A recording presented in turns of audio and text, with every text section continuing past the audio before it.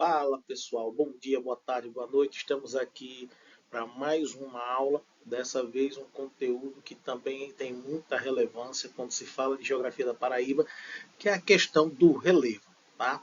Então, o assunto da aula de hoje, relevo, já está aí, geologia e geomorfologia, que são os termos técnicos que a gente vai utilizar na aula de hoje, tá? Então vamos lá, vamos começar porque tem muita coisa para ser vista.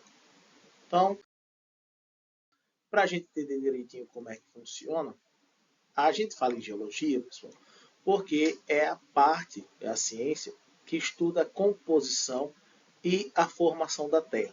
Então aqui eu tenho um trabalho, por exemplo, como rochas e estrutura geológica, que são conteúdos que eu preciso compreender para falar de relevo. E a geomorfologia é a parte da geografia que vai cuidar do relevo, que é o tópico que está lá no edital. Então não adianta estudar relevo sem compreender um pouquinho de geologia, senão dá muito errado. Tá? Então a gente vai ver os dois hoje, tá certo? E aí o relevo são as formas da Terra e os processos que ajudam na formação dessas formas, tá certo? Então, primeiro a gente começa com a estrutura geológica da Paraíba. A gente define estrutura geológica como um conjunto de rochas de uma determinada região. Tá? Então, o tipo de rocha de lugar a gente denomina como estrutura geológica. Certo? As rochas, de maneira geral, elas são formadas ao longo do tempo, né? E dependendo do tempo e dessas características, a gente tem um tipo de estrutura diferenciada. Aqui na Paraíba, nós temos dois tipos de estrutura: os escudos cristalinos e as bacias sedimentares. Então, a primeira coisa que a gente compreende aqui é que estrutura geológica são um conjunto de rochas de um lugar, e na Paraíba nós temos dois tipos: escudos cristalinos e bacias sedimentares. Guarde essas informações porque elas vão fazer diferença na hora a resolver as questões na hora da prova. Então vamos lá, o que são escudos cristalinos? Escudos cristalinos, pessoal, também podem ser chamados de maciços antigos ou cratos. Tá? São as rochas mais antigas que a gente encontra no planeta. Geralmente, para se referir à rocha muito antiga, a gente usa esse termo aqui, que é o pré-cambriano. Então, as rochas que compõem esse tipo de estrutura, elas têm entre 1 a 3 bilhões de anos de idade. Tá? Então, realmente, isso é uma estrutura muito antiga. E elas são basicamente formadas por rochas ígneas ou magmáticas. Então essas rochas, pessoal, elas são do princípio da formação do planeta, bem dizer. Tá? E o que a gente encontra nesse tipo de rocha? Minerais metálicos. Então nessas rochas eu posso encontrar ouro, ferro, prata, alumínio, entre outros metais. Tá? E aqui vem informação muito importante para você concurseiro. Na Paraíba, esse tipo de rocha vai ser encontrado no agreste e no sertão do estado. Tranquilo? Então, toda vez que falar escudo cristalino, a gente lembra rochas antigas, são rochas, portanto, desgastadas, né? Mas são rochas muito resistentes. Eu encontro minerais metálicos e elas se encontram no agreste e no sertão do estado. Já as bacias sedimentares, né, são rochas formadas a partir de sedimentos, tá? Ao longo das eras. São rochas mais novas, então elas têm 500 milhões de anos para cá, e são rochas mais frágeis, elas se quebram com muita facilidade. Já os escudos cristalinos são rochas bem resistentes. Tá? As bacias sedimentares, elas são ricas em, pode apresentar, né? Carvão mineral, calcário, água, petróleo, areia, argila, entre outras riquezas minerais. E na Paraíba eu tenho bacias sedimentares no litoral, que a gente pode chamar de bacia litorânea ou bacia costeira, e no sertão a bacia do Rio do Peixe. Tá? Então, esse tipo de informação ele vai ajudar a gente demais na hora de responder as questões relacionadas a relevo da Paraíba. Então, o posicionamento dessas rochas, dessas estruturas rochosas, vão indicar também o tipo de relevo que ela pode originar. Então, é muito legal eu fazer essa associação entre estrutura geológica e relevo. Tá? Isso vai ajudar a gente a matar as questões com muita tranquilidade. Ok? Seguindo aqui, o que a gente tem como relevo da Paraíba? O relevo da Paraíba, pessoal, ele é bastante diversificado. Mas a principal forma de relevo é, sem dúvida, o Planalto da Borborema. Isso porque ele ocupa uma grande parte do estado e, além disso, ele tem influências diretamente no clima, nas chuvas e ainda por cima é um divisor de águas. Tá? Então, o Planalto da Borborema, por exemplo, ele bloqueia a passagem dos ventos úmidos para o sertão do estado. Então, ele chove, podemos assim dizer. Também, por conta disso, ele determina a presença do clima semiárido aqui no sertão. E também determina que na Paraíba nós temos dois tipos de rios. Isso a gente vai discutir depois com mais calma na aula de hidrografia. Os rios sertanejos e os rios litorâneos. Então, o Planalto da Borborema é, sem dúvida, a forma de relevo que mais se destaca e também é a que mais aparece nas questões quando o assunto é relevo. Tá? Então, não tem como chegar numa prova que tem como conteúdo Geografia da Paraíba e não conhecer o Planalto da Borborema. Mas eu tenho outras unidades de relevo. Então, a gente costuma dizer assim, olha, na Paraíba eu tenho três grandes macro-unidades de relevo. Tá? A planície litorânea ou costeira, que vai ocupar grande parte do litoral, mata paraibana. O Planalto da Borborema, que a gente já começou a destacá-lo, né? E a depressão sertaneja. Tá? Então essas são as três macro-unidades de relevo aqui na Paraíba. Mas eu também tenho outras micro-unidades, são formas de relevo menores, como por exemplo as falésias, as restingas, os iselbergs, pé de planos e por aí vai. Tá? Então o relevo paraibano ele é bem acidentado. Eu tenho aí várias unidades entre macro e micros e eu preciso conhecer essa diversidade, essa variedade para fazer uma boa prova. Então a gente começa analisando o relevo da região litoral. Região litorânea, perdão. A maior forma de relevo do litoral é a planície litorânea. Tá? E aí a gente caracteriza geralmente uma planície como áreas de baixa altitude e geralmente próximas ao nível do mar. Ou seja, planícies são locais baixos e planos. Tá? Essa é a primeira definição de planície que a gente tem. Só que aí a gente pode aprofundar esse conceito de planície. A gente pode dizer que são lugares onde o processo de acúmulo de sedimentos ele é maior do que o processo erosivo. Então a gente pode concluir que planícies são locais baixos e planos, onde o processo de sedimentação é maior que o processo de erosão. Tá? Isso vai ajudar muito essa definição. E aí no litoral paraibano nós temos esses três tipos de planície. Planícies aluviais ou fluviais, que são formadas aqui basicamente pelos rios. As planícies costeiras e marinhas, que são formadas pelo mar. E as planícies fluvio-marinhas, que são formadas pelos sedimentos trazidos do rio e do mar. Tá? Então, as planícies, a planície litorânea, no caso, ela também é formada, né, por essas pequenas planícies, mas ela é a maior forma de relevo que a gente tem no litoral. Por isso que é muito comum a gente pegar materiais de estudos e encontrar o seguinte, olha, no litoral da Paraíba há o predomínio da planície litorânea.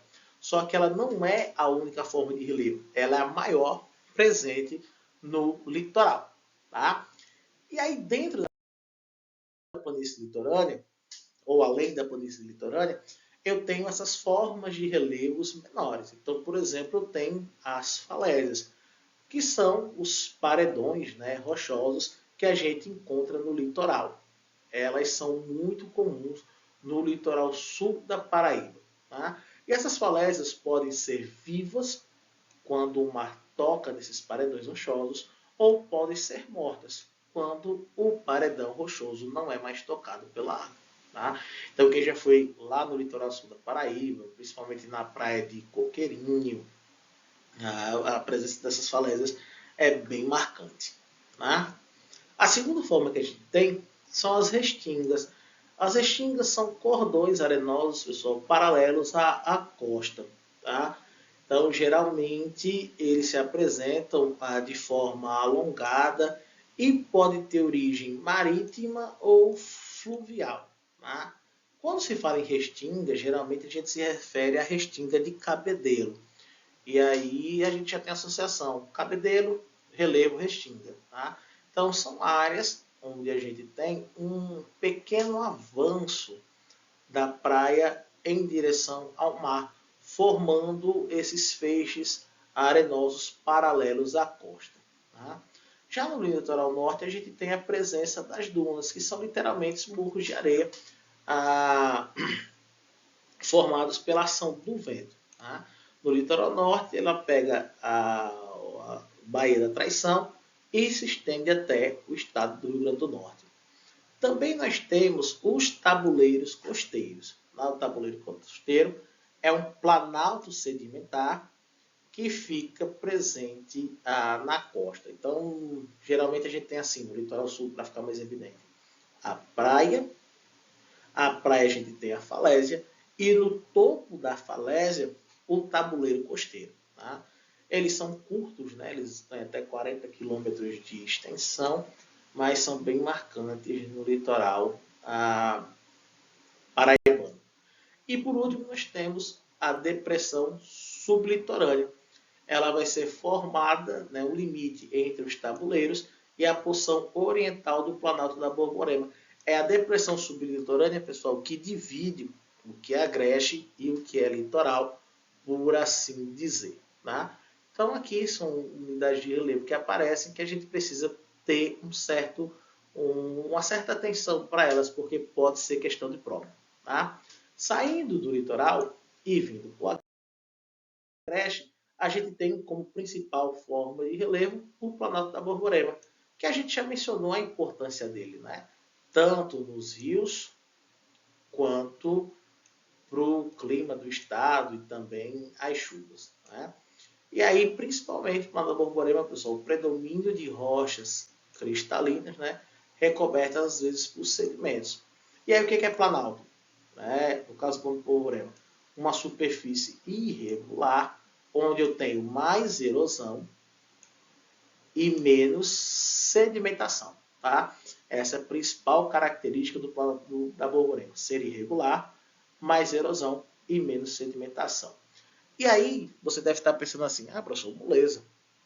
No Agreste só tem o Planalto da Borborema, uma forma de relevo só, então é o que eu menos tenho que me preocupar. Pelo contrário, porque eu preciso entender que o Planalto da Borborema ele apresenta algumas particularidades. E que seriam isso? O que seriam essas particularidades? Por ser muito irregular, cada porção do Planalto da Borborema apresenta características assim bem peculiares. Então, por exemplo, eu tenho o Planalto da Borborema basicamente 3 porções. A escarpa oriental, a superfície do Planalto e a escarpa ocidental. Tá? Então, são 3 subdivisões do Planalto e cada uma tem uma característica assim, bem específica. O que é o agreste oriental?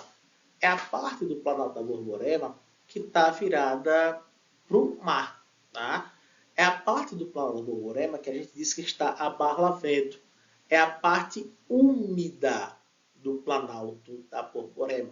É a parte onde eu tenho maior concentração de chuvas. A altitude varia entre 650 a 700 metros.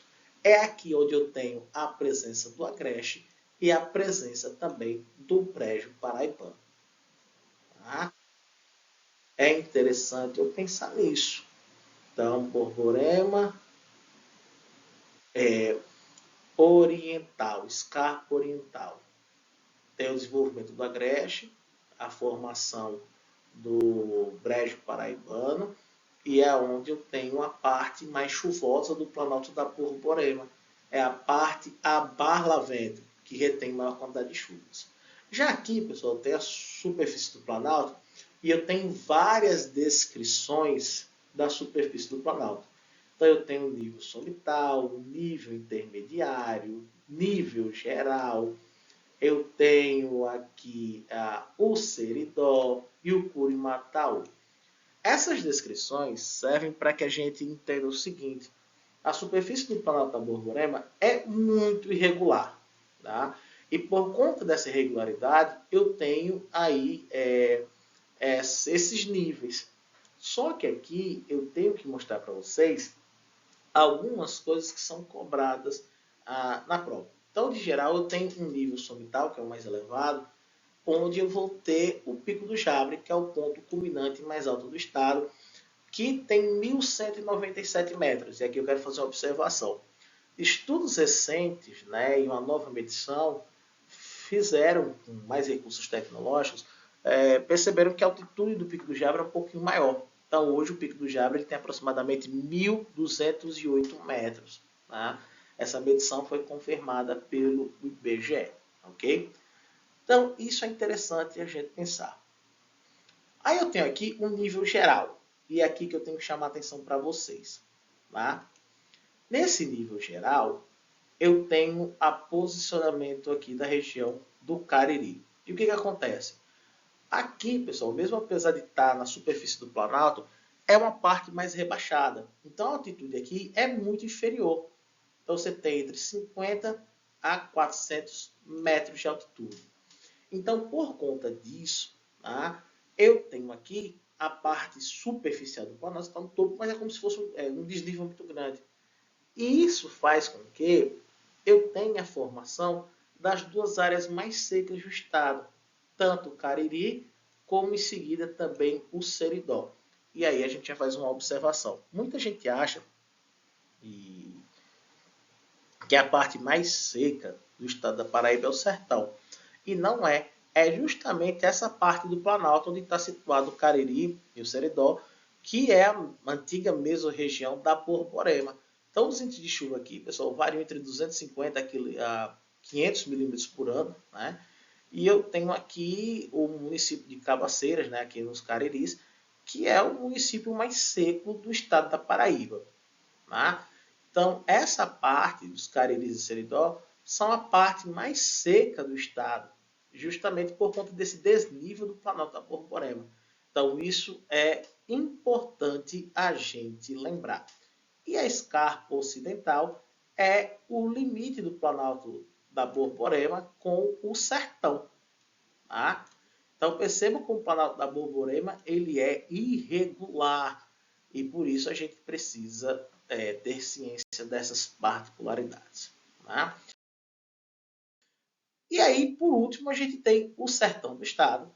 E o sertão tem como principal forma de relevo a chamada depressão sertaneja. Tá? E o que é a depressão? São lugares rebaixados em relação ao seu entorno. No caso, a depressão sertaneja na Paraíba é uma depressão relativa. Ela é mais baixa quando eu comparo com os terrenos vizinhos. E não é a única forma de relevo. Tá? Eu tenho aqui os maciços residuais, os iselbergs e também os pé-de-planos. A gente vai falar deles daqui a pouco. Essa depressão sertaneja aqui na Paraíba, ela é formada por 3 depressões menores. Eu tenho a depressão do Espinharas, que também pode ser chamada de depressão de Patos, Espinharas em relação ao rio, a depressão do Vale do Piancó, acompanhando o rio Piancó, e a depressão do rio Piranhas. Tá? E aí vamos lá. O que é o iselberg? Esses iselberg, pessoal, são morros rochosos, tá? Que se destacam na paisagem, como se fosse, aqui uma analogia muito boa, ilhas nos oceanos. Tá? Os iselbergs, então, são morros localizados em lugares secos. Aqui no sertão, eles são muito mais notáveis próximo ao município de Patos. Tá? Inclusive, como maior exemplo, a gente tem aqui o Morro do Espinho Branco. Beleza? Então, são morros isolados na paisagem, características, assim, bem características de climas secos, como a gente tem aqui a informação. Tá certo? Além disso, a gente tem aqui no sertão o pé de plano sertanejo. Né? O que significa isso? Todo o sertão aqui está dentro da depressão sertaneja. Só que essa depressão ela é aplainada. Tá? Então, a depressão sertaneja aqui, ela é mais ou menos plana, caracterizando esse pé de plano. E a gente ainda tem, pessoal, os maciços residuais, que são feições do relevo, né? Algumas serras que se destacam na paisagem. Tá? E elas são resultado de erosão diferencial.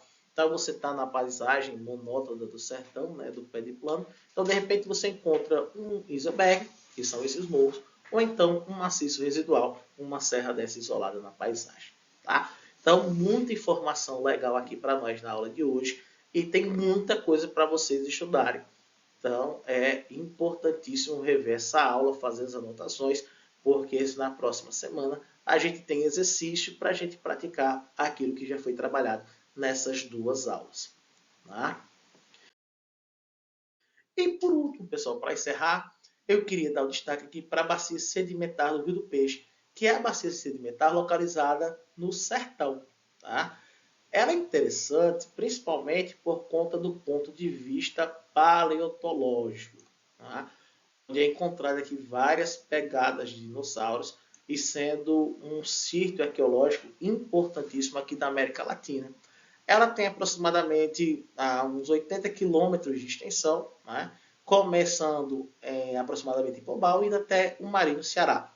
Além disso, né, a bacia sedimentar do Rio do Peixe, ela tem um grande reservatório de águas subterrâneas, então a galera extrai bem essa água, com poços artesianos, e uma grande reserva aqui de óleo, né, petróleo no caso. Tá? Então, é um destaque à parte e que precisa ser levado em consideração, porque já foi abordado em questão de prova. Tá? Então, merece ter uma atençãozinha, por isso que a gente traz como destaque aqui essa bacia sedimentar do Rio do Peixe. Tá certo? Então, bom pensar nisso. Bom, pessoal, espero que vocês tenham gostado dessa aula de hoje. A gente vai ficando por aqui. Lembrando sempre, pessoal, se inscrevam no canal, deem aquele joinha legal, compartilhem o link da aula para os seus colegas terem acesso, porque o objetivo maior é que mais pessoas assistam e que mais gente consiga chegar preparado para essa prova e principalmente dominando o conteúdo da Geografia da Paraíba. Desejando a todos vocês que são pais um feliz Dia dos Pais, tá? Que vocês aproveitem, curtam muito sua família. E o concurseiro que já é pai, lembre que esse sacrifício que você está fazendo agora é para garantir um futuro melhor para o seu filho e para a sua família. Tá certo? Um forte abraço, fiquem com Deus e até o nosso próximo encontro. Valeu, soldado!